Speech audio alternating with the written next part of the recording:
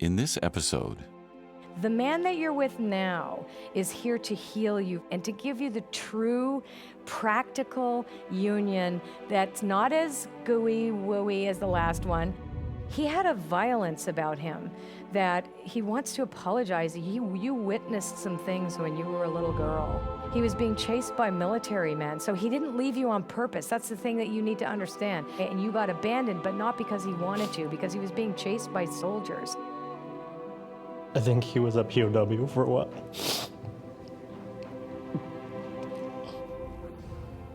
Ever since I was little, I had a strange and uncanny ability to know things about people. But when I was 19, I was the victim of violence, and I had a really strange out-of-body experience.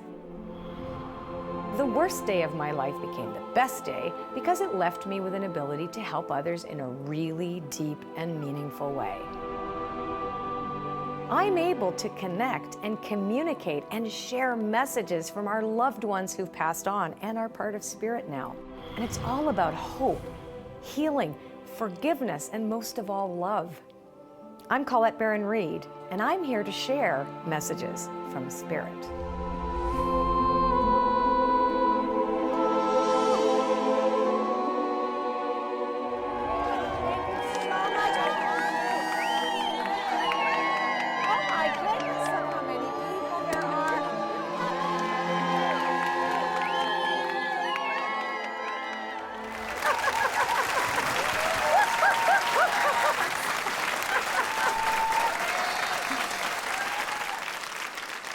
They're lining up, and I have to park them. This is your dad.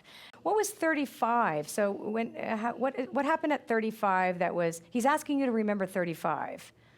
35, 3 and 5. Yeah, I bought a business when I was 35. Right, so that's when you started being successful then. Well, he says you flunked at that business. Oh, right. Was that a Is retail? that what he said? Yes, was that a retail business? Wholesale. He says you're so proud that you're such a great business person, that no matter whether you flunk or fail in your head, he said that for you, not for him, because you're a perfectionist, and every time you don't do well, you actually have a fit and think that it's the end of the world, and then you do it again, and you're going through something similar right now. And you're going to do so well. And he says you can't lose faith in yourself. This is a cycle. You will always pick yourself up. You don't need to worry. It's just sometimes things, they dip and they go up. And he says, that's how you've been your whole life. He says, my daughter's been up and down and up and down. And it's about business because he starts this whole story at 35. You are not going to end up a bag lady. Oh, really? Because my son thinks I will. Well, you know what? Well, let me say this. Those words typically don't come out of my mouth, right? So you don't listen to your son. You listen to your dad. You have faith in yourself, all right? You are a survivor and you're a thriver. And you make judgments sometimes, but you take risks and you keep on going. Right now, this second, this is going on for you in your life. And your dad wants you to believe in yourself and not to panic and please don't listen to your son saying you're going to be a bag lady. You are never going to end up a bag lady, and you're going to shock everybody in the next 5 years because your greatest success hasn't even come yet. So here's the deal. Don't you give up. This does look like you have to dissolve a company or you got to dissolve something. But he's saying that you have to dissolve something. So let me ask you this a little bit further because he says you know what he's talking about and maybe I'm not saying it right. He's showing me legal papers, a dissolving of some kind, something to do with a legal paper that's going to bring you more freedom. Apply to something that's happening to you right now that's going to be very beneficial for you later. So you can figure it out later, if that makes any sense. Right. Yes. But it's good. Oh, did he ever say, here's to you, kid? Or did your dad say some kind of line like that? My father was really funny. Right, he was like, here's looking at you, kid. That's the kind of thing he wants me to say to you at the end. Instead of hugging you, it's like, say that, like, yeah. Frankie Sinatra, right? That's the way he shows up in my head. Anyway, bless you. Thank you for letting me do this for you.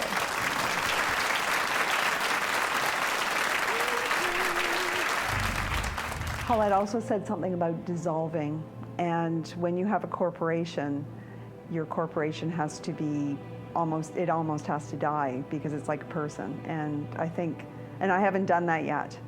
And it hangs over my head. And I think that's what she's talking about. Coming up, Marta connects to her grandfather. The man that you're with now is here to heal you and to give you the true, practical union that's not as gooey wooey as the last one.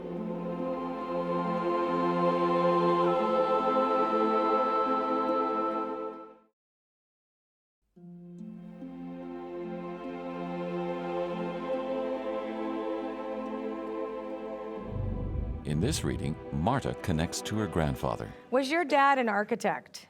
My grandfather was, he taught in a university. Architecture? Yeah. Right? Okay. Hello. I have your grandfather from Hungary in my head. Interesting. You are, okay, 29. You kept going back to the number 29. So how old are you now? 34. What happened at 29 for you that was a loss?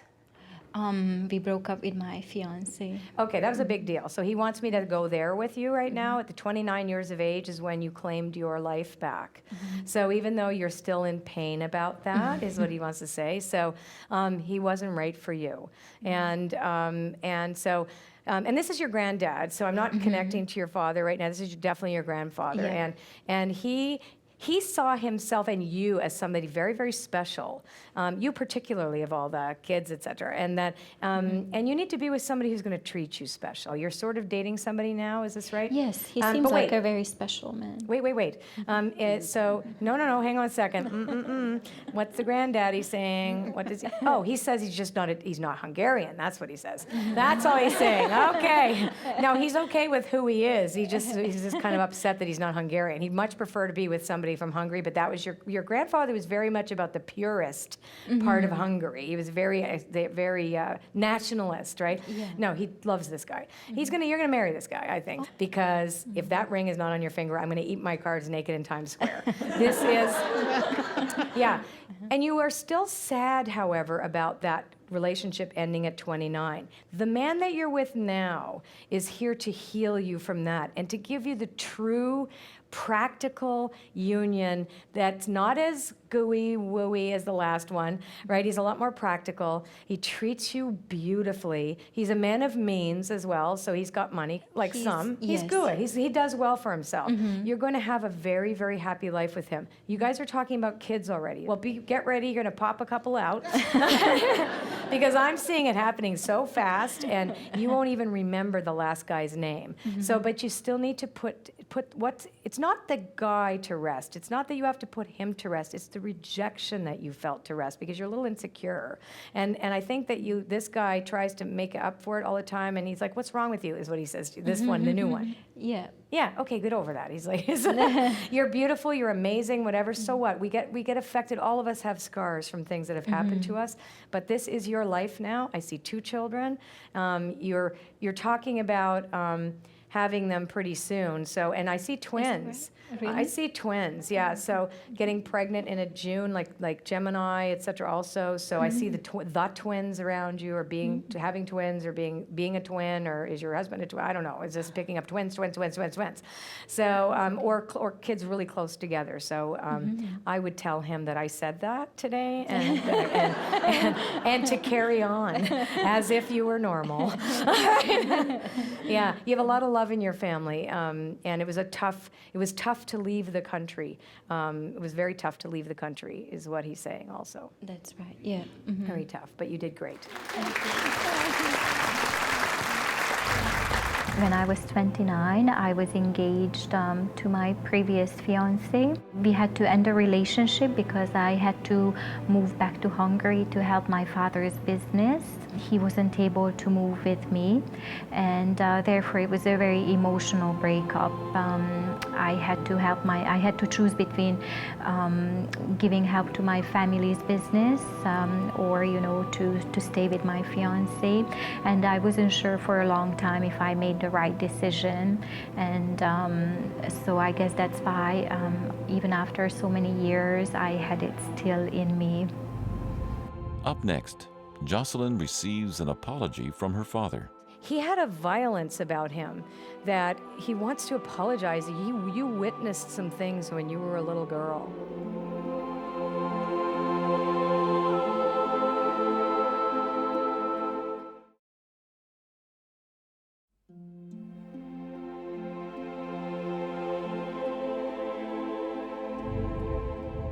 In this reading, Jocelyn connects to her father.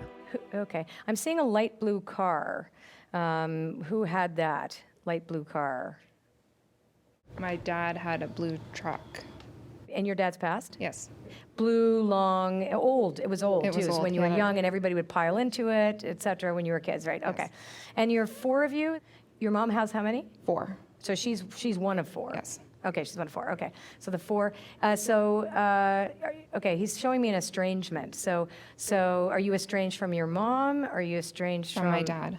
Oh, you were estranged from Yes. your dad. Okay, so, and was your mom estranged from her siblings also? Yes. Yes, okay, because I see estrangement, Yes. right? Estrangement. So he is, okay, so he's just showing me things. Let's just keep going with the evidence, right? So he's showing me the blue truck. He's showing me estranged. You were estranged from him when he died. Yes. Here's the thing. He said you did the right thing by not being around him. So you need to know that he was too difficult in his life. Yes. And he had a violence about him that he wants to apologize. You witnessed some things when you were a little girl, and he wants to say sorry so much to you and to your mother for what he did in the house. Like he will, and he abused you. He abused your family. I mean, you were the one that really got the brunt of it because you were. And there was another kid that came over, or a cousin or something that also was abused at your Yes. house. Okay, so he can never ever say sorry enough for that. Okay. And that in life, he hated himself and other people so much in his lifetime that what you did to walk away from him was the healthiest move that you could have done in this life. And never ever doubt that. And you should not feel anger or resentment and realize he was a sick person. He's saying, I was a sick, sick man. Okay. So don't be a victim anymore because of this. There are still parts of you that remember and wonder why. Why did those things happen? Yes. It's because he was sick. He was mentally, and he comes from abuse. He came from a long line of rage, abuse, and violence, and he knew nothing else. And there's no excuse. He wants to make sure he says, there is no excuse for what I did. He loves you so much, and he is so proud that you had the ability to say no to him in life. Okay. Who he's concerned about is your mom, who's still alive. Yes. She's very bitter. She is. Yeah, so, and he wants to say, even though she might not accept this, because she's really attached to her bitterness, right? Yes. You have a very hopeful personality, even though you came from all of that, right? Yes. That's part of he says you're like Pollyanna and thank God, right? He used to call you that, did he, when you were young, Pollyanna? I'm You not were always sure. hoping, the next day was hopeful, every day was going to be hopeful. So, but your mom is very, very bitter because of what happened to her, and he is admitting that he is the cause of her bitterness and her unhappiness. He doesn't want her to die to find out on the other side that it was for nothing, Okay. that she spent her life bitter and angry. He acknowledges how he abused her, how she tried to keep the family together, how she hid things from other people for him, how she made a big secret and what she kept as a result of it. And he Okay. needs her to know she needs to let that go now so she can live the rest of her life in peace. Okay. My father and I had a challenging relationship. It was based on the lifestyle he chose. He drank a lot, and the marital relationship that he was in was not healthy for me to be around. So when I was about 14 years old, I had to make a choice, a difficult choice of deciding what was good for me or the relationship. I talked to my father about how I felt and asked him to choose the lifestyle that he was in or the relationship with me. Because he wasn't willing to change, I decided that it was best to start putting distance in the relationship, which, caused a lot of guilt with me. In the last reading, Fong's lost father comes through. Right, he left home, he left your home, chased by soldiers. And then he came back. That's when he died. So he was trying to find you guys.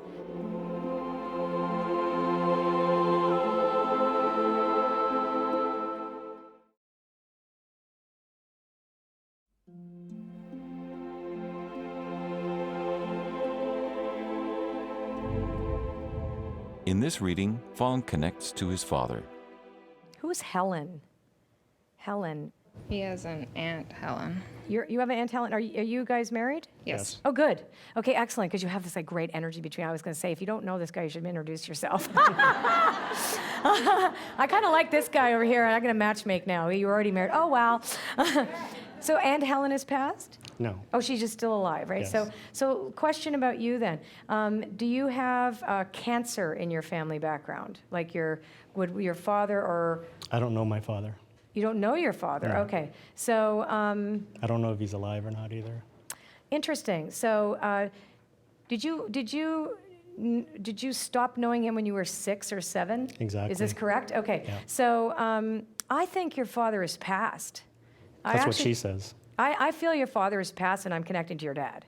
So your mother remarried twice? No. Or 2 men? What did 2 men, or did you? Your My mom mom married. remarried. Remarried twice. Still not good. Not good. Well, the last one was pretty good, but she's still bitter and angry, and she makes his life miserable. Apparently, that's what your dad was saying, too. So, like, you got to clean up your act, Mom. Back to you. Okay, so I believe your father is passed, and I believe I am picking up somebody who is claiming that he disappeared at, you were 6 years old, you were like little boy, and became the man before you should have been. He's saying you were elevated to an adult before you should have been in your family, and your mom didn't complain, correct? She was very much a person who just said, that's it, I'm going to keep going. And he's apologizing for this, that he left, though. He's saying he just left. It's funny, he's showing military was after him, or he was being chased by military men. So he didn't leave you on purpose. That's the thing that you need to understand. He's showing me he left and ran away, and you got abandoned, but not because he wanted to, because he was being chased by soldiers. Does this make sense to either one of you? Yes.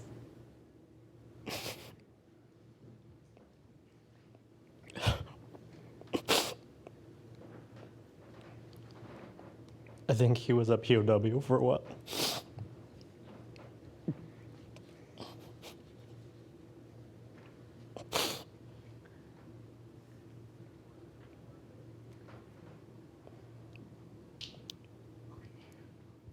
He died there, is what he's saying. He didn't live very long.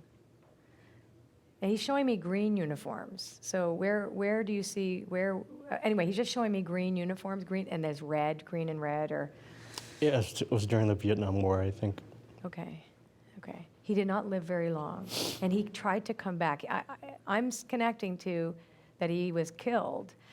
He's showing me escaping. So he escaped something. So he left home, he left your home, chased by soldiers.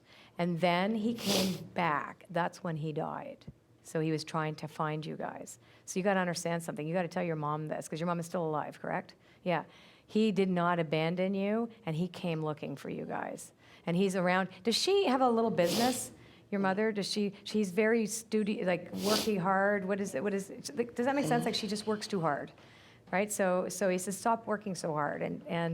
But she was the love of his life. You just need to let her know that he had the 2 of you. And there was one other, was this correct? There's one other child? There was like 2 kids at home? Yeah. It felt like your life was interrupted. Very much that your life was life interruptus. You know what I'm saying? And so, and your mom felt like her hope was interrupted. We had to leave my country to come to Canada, yeah. Yeah. And she's a remarkable, happy woman regardless. But the 2 of you, the 2 kids and your mom, was all your father thought about. And that's what kept him alive. And he just wants you to know how much he loves you. Thank you. Oh.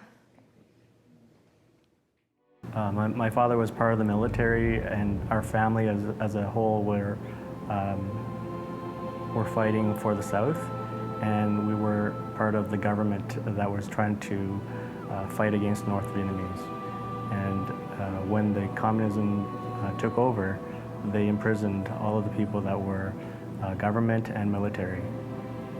And that's what happened to my family. And the last memory I have of him was when I was 6 years old, kissing him for the last time. I communicate with loved ones who have passed in order to bring through their messages, because until we're willing to face our old stories, they'll continue to have power over us. Our loved ones want to make sure that we live our lives to the fullest.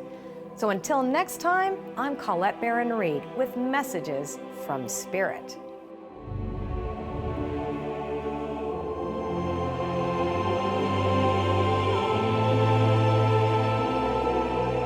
I'm absolutely loving Colette's show Messages from Spirit because she's so precise and direct, and it always comes with a loving message, which is really nice. Totally awesome. She's very talented, very gifted. Amazing to see people have breakthroughs. So not only are they getting great messages, but they're also getting some really good feedback and advice to be able to move forward and be empowered, which is really what it's about. I think the show is it's incredible. It's really great watching Colette, how just how clear things come through her, all the information that she gets that's so right on. It's still, each person that she reads, I still find it so interesting how all the pieces fit together, and that their relatives are contacting them from beyond. It's really interesting. Spirit to me is all around and within my heart and within others. And each time that we speak, we connect. And that's how I see Spirit. It's fantastic. It's absolutely wonderful to see people to be able to connect with their loved ones and to get some healing from it.